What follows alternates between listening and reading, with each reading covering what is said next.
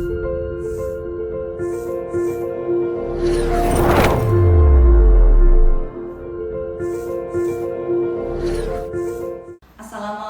warahmatullahi wabarakatuh. Salam sejahtera untuk kita semua.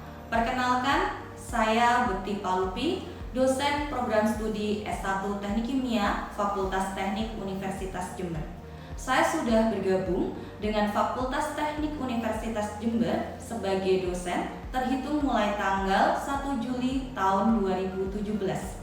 Selama menjadi dosen di Prodi Teknik Kimia, saya diamanahi untuk mengampu beberapa mata kuliah, baik itu mata kuliah wajib maupun mata kuliah pilihan, diantaranya yaitu Matematika 1, Matematika 2, Matematika Teknik Kimia 2, Fenomena Perpindahan, Menggambar Teknik, Mikrobiologi Industri, Praktikum Mikrobiologi Industri, Analisa Numerik dan Komputasi Teknik Kimia, Praktikum Komputasi Teknik Kimia, Utilitas, Teknologi Informasi, Etika Teknik, Teknologi Bioproses, Konversi Biomasa, Material dan Teknologi Nuklir, serta Teknologi Pengemasan.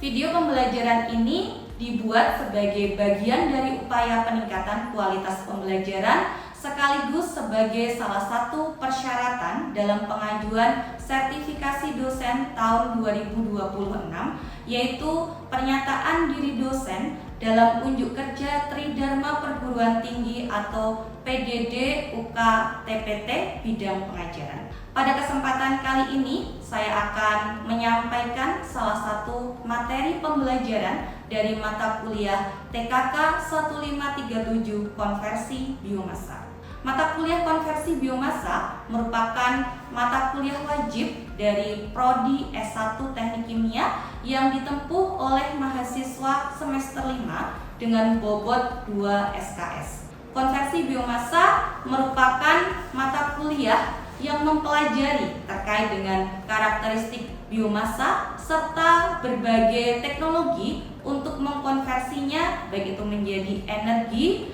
menjadi bahan bakar, dan produk bernilai tambah secara berkelanjutan.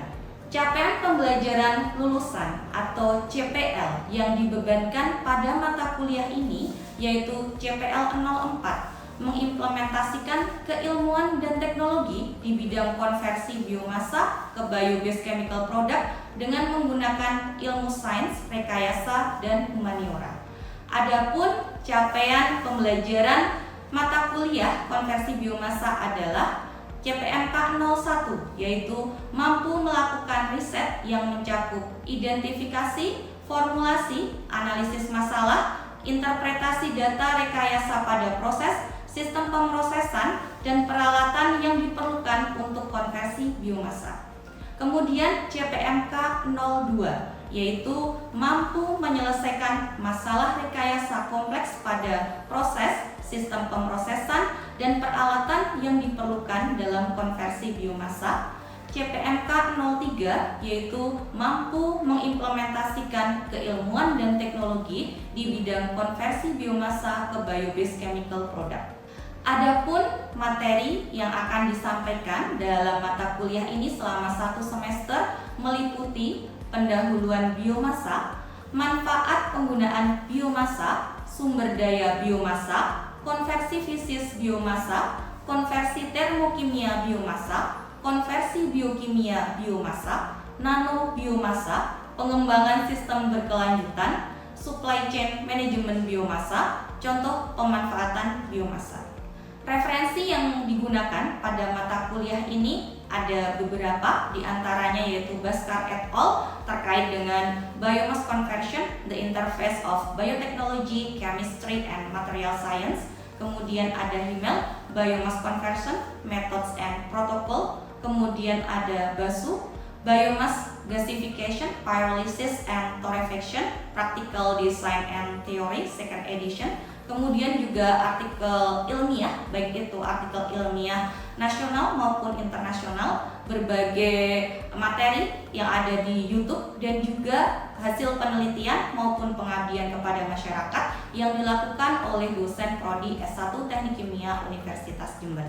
Pelaksanaan mata kuliah ini akan dilaksanakan secara luring, yaitu pertemuan tatap muka di kelas, kemudian bisa juga dilakukan dengan daring melalui Zoom Meeting dan Teams, maupun dilakukan secara asinkronisasi melalui MMP Universitas Jember yang di dalamnya tersedia berbagai menu seperti layanan berbagi file, dokumen, video, pembuatan dan pengumpulan tugas, forum diskusi, menu kuis, dan link berbagai tautan eksternal. Metode pembelajaran yang digunakan pada mata kuliah ini adalah metode DIA, yaitu Delivery, Interaction, and Assessment. Delivery di sini yaitu menyampaikan materi perkuliahan sesuai dengan rencana pembelajaran semester atau RPS. Interaction yaitu di sini mahasiswa didorong untuk aktif berdiskusi, berkolaborasi, bertanya jawab baik di dalam kelas maupun di luar kelas dengan menggunakan platform MMP. Kemudian assessment sebagai sarana untuk mengawali kemampuan mahasiswa dalam memahami konsep dan penerapan dari mata kuliah yang disampaikan. Selain menggunakan metode delivery, interaction, dan assessment, perkuliahan ini juga menerapkan metode student centered learning atau SCL sehingga mahasiswa bisa berpartisipasi aktif dalam proses perkuliahan. Adapun komponen penilaian pada mata kuliah ini meliputi tugas case method sebesar 25%, UTS 25%, tugas project based learning 25%, dan UAS 25%. Persentase penilaian yang dilakukan oleh mahasiswa dan dosen sudah disepakati pada pertemuan minggu pertama dan dituangkan dalam kontrak perkuliahan. Selanjutnya, silahkan menyimak video pembelajaran tentang salah satu materi pada mata kuliah konversi biomasa, yaitu tentang konversi fisis biomasa. Baik, Assalamualaikum warahmatullahi wabarakatuh. Waalaikumsalam warahmatullahi wabarakatuh. Selamat pagi semuanya. Baik, Ibu. Sehat semuanya hari ini? Sehat. Alhamdulillah baik. Sebelum kita mulai perkuliahan kita pada pagi hari ini, marilah kita awali dengan berdoa terlebih dahulu. Berdoa menurut agama dan kepercayaan masing-masing dimulai.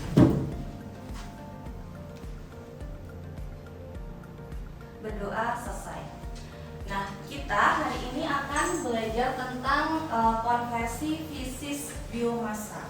Jadi kita hari ini akan mendiskusikan sesuatu yang mungkin terlihat sangat sederhana, tetapi menjadi salah satu hal yang paling krusial ketika kita melakukan konversi biomasa, yaitu konversi fisis biomasa. Kira-kira kenapa sih kok konversi fisis itu sangat penting dalam proses konversi biomasa? Mungkin ada yang bisa membantu menjawab? Oke, silakan. Karena biomasa ukurannya terlalu besar, Bu, kemudian memiliki kadar air yang tinggi, serta distribusinya tidak seragam. Oleh karena itu diperlukan konversi fisis untuk mendapatkan data yang optimal. Baik, terima kasih. Alfred, berikan applause dong untuk Alfred. Nah, sebelum kita memasuki terlebih lanjut, di sini saya akan menyampaikan terlebih dahulu untuk sub CPMK, yaitu mahasiswa mampu menerapkan konversi bisnis biomasa. Kemudian untuk indikatornya yaitu ketepatan dalam menerapkan konversi bisnis biomasa. Nah, kalau kita berbicara terkait dengan konversi fisis biomasa, di sini berarti yang kita lihat adalah adanya perubahan secara fisik, tetapi secara struktur kimianya tidak ada yang berubah gitu ya. Contohnya di sini bisa jadi pencacahan, kemudian proses penggilingan, ada peletisasi, ada ekstraksi mekanik, dan juga proses pengeringan. Jadi contohnya seperti ini, misalkan kita punya biomasa lignoselulosa, kan di situ ada lignin, ada selulus, ada hemiselulus. Jadi di situ kalau kita di sini konversi fisis, maka kalau lignin ya tetap lignin, selulus tetap selulus, hemiselulus tetap hemiselulus, tidak ada yang berubah secara struktur kimia. Kalau ada perubahan secara struktur kimia, berarti itu adalah konversi kimia atau konversi termokimia. Nah, baik, di sini kita lanjutkan untuk jenis proses fisis gitu ya. Di sini kita ada size reduction, ada densifikasi, ada proses grinding, kemudian ada proses separation, dan juga ada proses mechanical extraction. Jadi kalau kita berbicara terkait dengan konversi fisis ini memang sangat penting ya, terutama bagian dari proses pretreatment, karena nanti sebelum kita berlanjut ke proses konversi biokimia atau konversi termokimia, langkah awal yang kita perlukan adalah konversi fisis. Pertama terkait dengan size reduction ya. Nah di sini size reduction ini kan kita biasanya tahu ya, biomasa kan ukurannya itu biasanya besar gitu ya, sehingga perlu kita kecilkan terlebih dahulu sebelum kita proses ke proses selanjutnya seperti itu. Kemudian di sini ada proses drying juga gitu ya, karena kan biasanya biomasa punya kadar air yang tinggi, sehingga perlu kita turunkan kadar airnya sebelum kita proses ke proses berikutnya.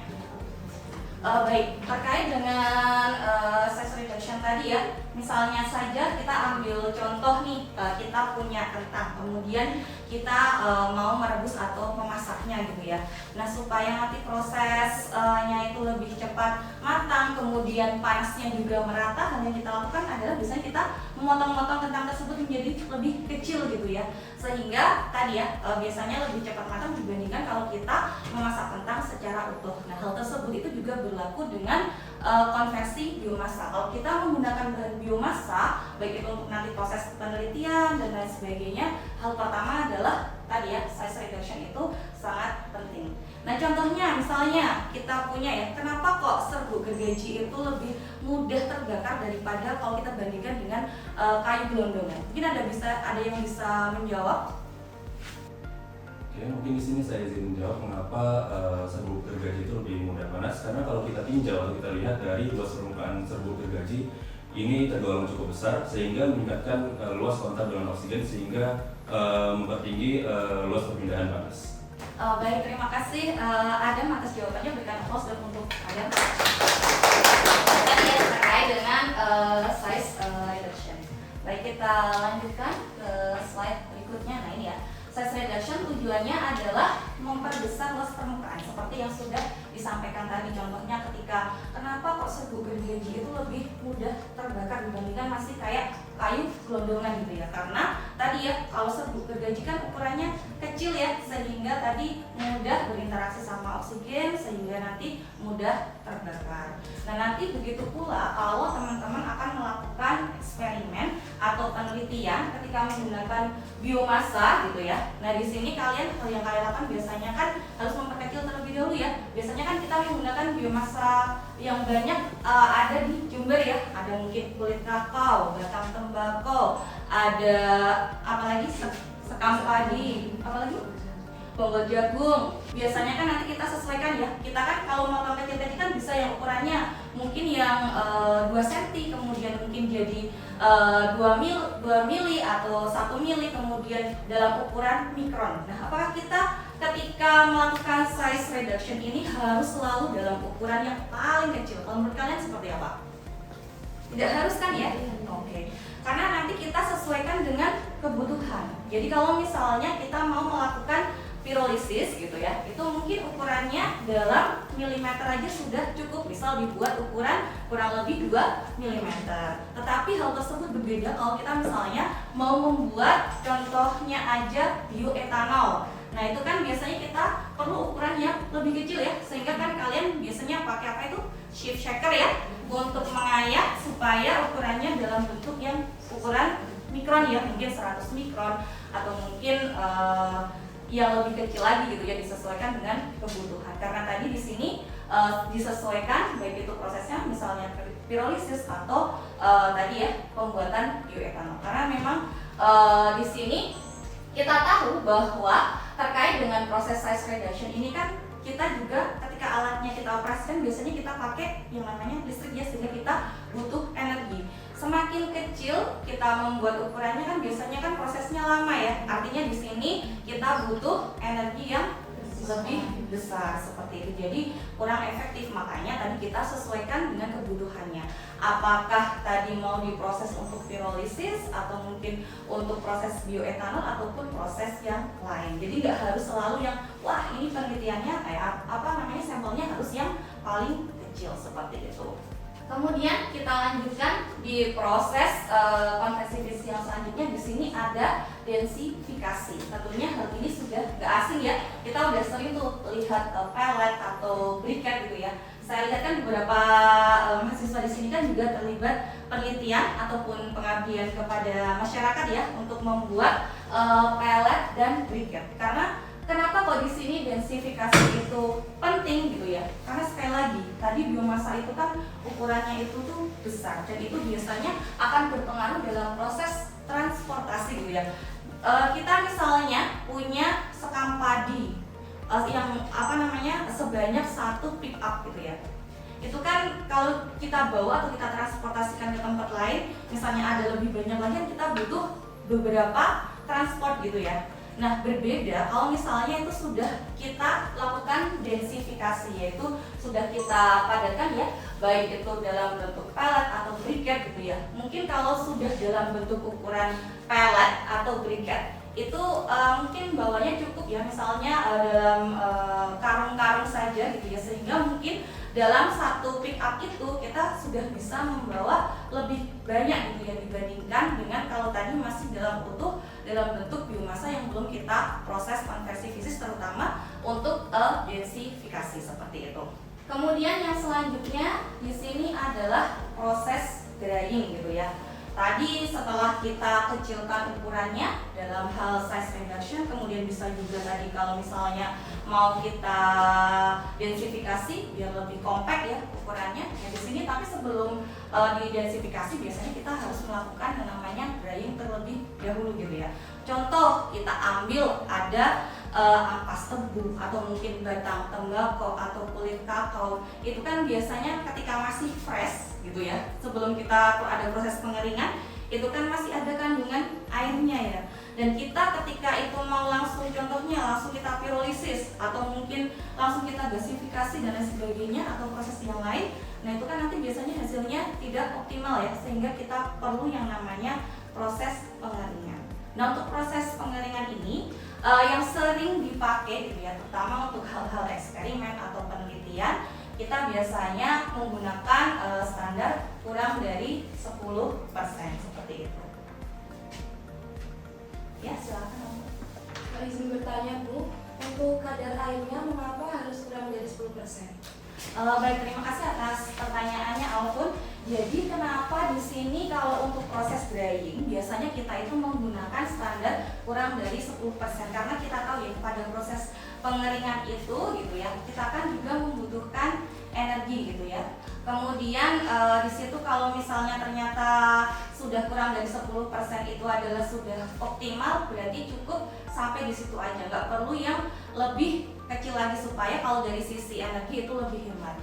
Kemudian kalau dari segi prosesnya gitu ya, karena tadi ya kita kan biasanya prosesnya itu ketika mau ke proses tahapan selanjutnya setelah dari tahapan pretreatment ya, mungkin mau ke konversi termokimia atau konversi biokimia, kita biasanya kan butuhnya yang kering gitu ya. Idealnya sih yang benar-benar kering, tetapi karena kita itu tadi ya terkait sama penghematan energi dan juga terkait dengan waktu gitu ya, karena kan butuh proses dan lain sebagainya, maka kita cukup dengan standar kurang dari 10%, itu sudah biasanya bisa hasilnya optimal berdasarkan beberapa jurnal penelitian yang ada. Nah, kalau kita berbicara tentang kadar air atau bisa kita sebut juga sebagai moisture content, nah di sini biasanya kita pakai rumus ini ya. MC sama dengan W awal min W kering per W awal kali 100% ya. Di mana MC ini adalah moisture content, kemudian W ini adalah masanya.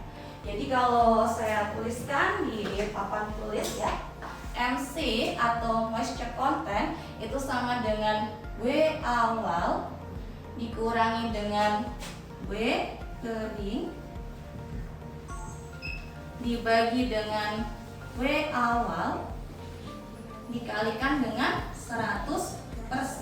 Nah, di sini MC ini adalah moisture content, Kemudian W ini adalah massa. Jadi moisture content atau bisa kita sebut sebagai kadar air ya. Nanti satuannya biasanya dalam persen. Bisa kita hitung dengan menghitung massa awal dikurangi massa kering dibagi massa awal dikalikan dengan 100%. Nah, di sini kita punya contoh soal nih. Contoh soalnya di sini sebuah biomasa memiliki massa awal 5 kg. Kemudian setelah di oven beratnya konstan sehingga masanya menjadi 4,3 kg. Nah, kemudian disuruh menghitung kadar airnya. Nah, kadar airnya berapa? Kita tuliskan dulu ya.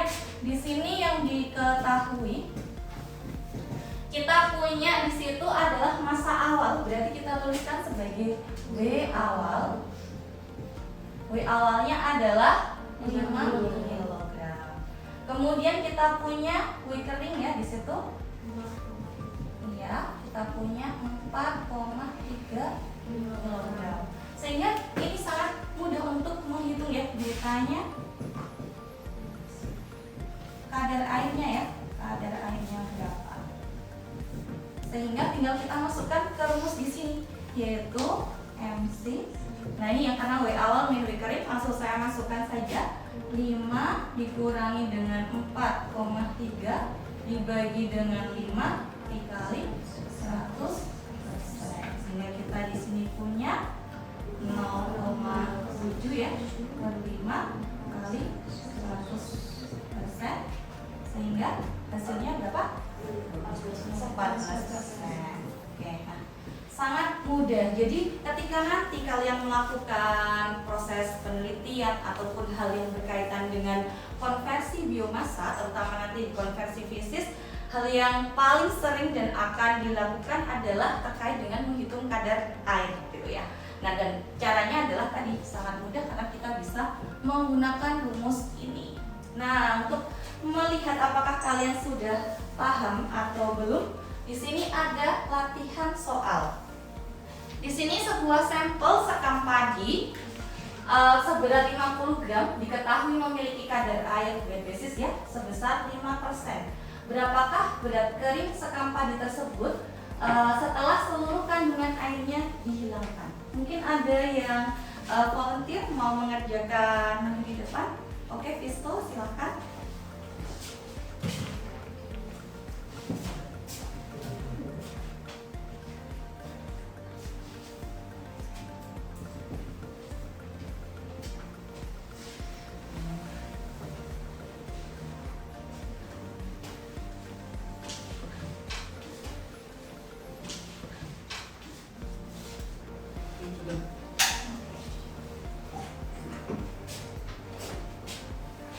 Baik, mari kita cek ya. Jadi tadi di soal yang diketahui MC-nya ya atau moisture content-nya sebanyak 5%, kemudian W awalnya atau massa awalnya 50 gram gitu ya. Sehingga di sini bisa kita hitung ya MC gitu ya atau moisture content-nya adalah W awal min W kering per W awal kali 100% ya. Sehingga tinggal kita masukkan MC-nya sudah diketahui 5%, kemudian W awalnya 50 dan di sini W awalnya sama ya 50, yang akan kita cari adalah W keringnya kali 100% ya. Nah, sehingga di sini gitu ya, tinggal kita lakukan perkalian silang aja ya. Jadi kalau di sini berarti 5% kali 50 ya sama dengan 50 min W kering ya. Nah, di sini bisa juga yang 100 langsung pindah ke sini ya per 100 juga sehingga di sini menjadi 0,05 ya. Nah, kemudian setelah dikalikan di sini kita punya nilainya ya. Di sini adalah 2,5 ya, sehingga 2,5 sama dengan 50 min W kering. Sehingga di sini W kering bisa kita hitung atau kita dapatkan yaitu 47,5. Terima kasih Visto, berikan aplaus untuk Visto. Oke. Terkait dengan perhitungan kadar air atau moisture content, apakah ada yang mau ditanyakan atau sudah jelas? Sudah jelas. Baik, kalau sudah jelas, kita lanjutkan ke berikutnya adalah separation gitu ya. Kenapa kok di sini proses separation itu sangat penting gitu ya? Karena tadi ya kita kalau misalnya punya biomasa ukurannya itu bermacam-macam ya. Mungkin ada yang 5 mili, kemudian ada yang 2 mili, 1 mili, atau mungkin ada yang dalam ukurannya mikron gitu ya.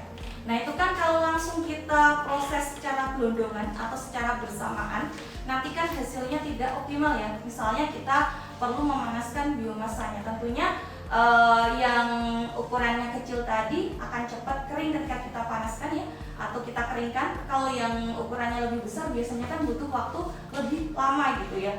Atau nanti kemungkinan terburuknya kalau misalnya itu di oven secara bersamaan, sampel yang ukurannya lebih kecil gitu ya, bisa-bisa gosong gitu ya. Sementara yang ukurannya lebih besar masih belum kering ya, sehingga kan kita akan rugi waktu gitu ya, rugi energi juga karena sudah tadi yang pakai energi listrik untuk memanaskan ovennya gitu ya. Sehingga di sini harus kita pisahkan. Jadi biasanya kan kita buat yang ukurannya seragam, misalnya yang kita pilah-pilah menjadi yang 5 mili dijadikan satu dengan yang 5 mili, kemudian mungkin yang ukurannya mikron dijadikan dengan yang mikron, baru nanti kita ke proses mungkin drying atau lain sebagainya. Jadi di sini proses pemisahan atau separation ini adalah sangat penting seperti itu. Nah kemudian kalau kita berbicara keseluruhan gitu ya terkait dengan kelebihan dan kekurangan dari konversi fisis gitu ya.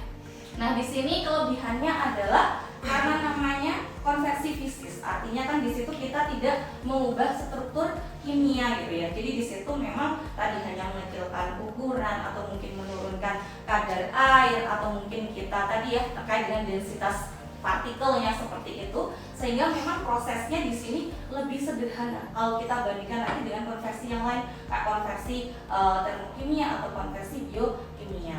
Dan di sini juga keuntungannya adalah lebih ramah lingkungan gitu ya. Karena kan biasanya yang menjadi isu ketika kita melakukan proses ya dalam bidang konversi biomasa itu kan salah satu yang sering disoroti adalah terkait dengan isu lingkungan. Ini ramah lingkungan atau tidak metodenya gitu ya. Nah, kalau kita berbicara terkait dengan konversi fisis, ini menjadi salah satu kelebihannya. Kemudian kekurangannya apa di sini? Nah, kekurangannya di sini adalah membutuhkan konsumsi energi yang tinggi gitu ya. Tadi misalnya contohnya di proses drying gitu ya. Ketika kandungan airnya dari biomasa yang kita pakai mungkin masih terlalu tinggi gitu ya. Terus mungkin kita tidak pakai bantuan pemanasan matahari terlebih dahulu, mungkin langsung masuk ke alat drying gitu. Nah di situ kan berarti alatnya perlu bekerja lebih keras lagi ya, maksudnya di situ butuh energi yang lebih banyak seperti itu. Misalnya kita punya sampel yang kadar air awalnya 24% mau diturunkan ke 10%, atau mungkin yang dari awalnya mungkin 30% ke 10%, kan di situ kita butuh proses ya. Nah di situ ketika proses pengeringan atau proses drying itu tentunya ada konsumsi energi, karena biasanya alat yang kita gunakan kan menggunakan listrik, sehingga mungkin di situ menjadi salah satu kelemahannya ya, yaitu lumayan butuh energi yang lebih tinggi gitu ya, sehingga mungkin agak boros. Kemudian kekurangan yang berikutnya di sini itu tidak menghasilkan produk energi langsung gitu ya. Biasanya karena di proses fisis ini tuh hanya proses pretreatmentnya gitu ya, belum bisa langsung. Misalnya kalau di proses konversi biokimia kan nanti produk akhirnya bisa bioetanol, biobutanol dan lain sebagainya. Tapi kalau di konversi fisis tadi kita paling cuma mengecilkan ukurannya gitu ya, menurunkan kadar airnya gitu ya, mengubah tadi ya densitas partikelnya seperti itu. Nah, di sini untuk melihat gitu ya, apa yang sudah kita bahas atau kita diskusikan hari ini sudah dipahami atau belum, mungkin bisa mengerjakan kuis yang ada di Kahoot. Sebentar saya share linknya, nanti kalian bisa scan. Silahkan bisa masuk ke web Kahoot, kemudian bisa scan QR code-nya, atau bisa juga masukkan PIN-nya ya.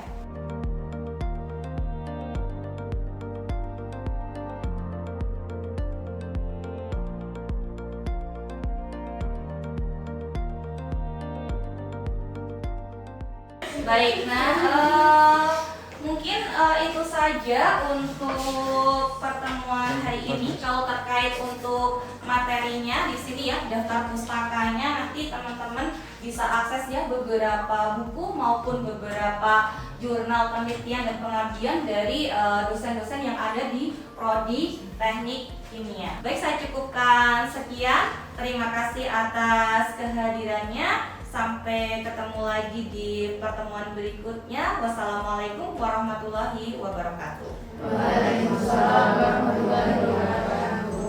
Semoga video pembelajaran ini memberikan manfaat dan bisa menjadi tambahan pengetahuan bagi kita semua. Terima kasih. Wassalamualaikum warahmatullahi wabarakatuh.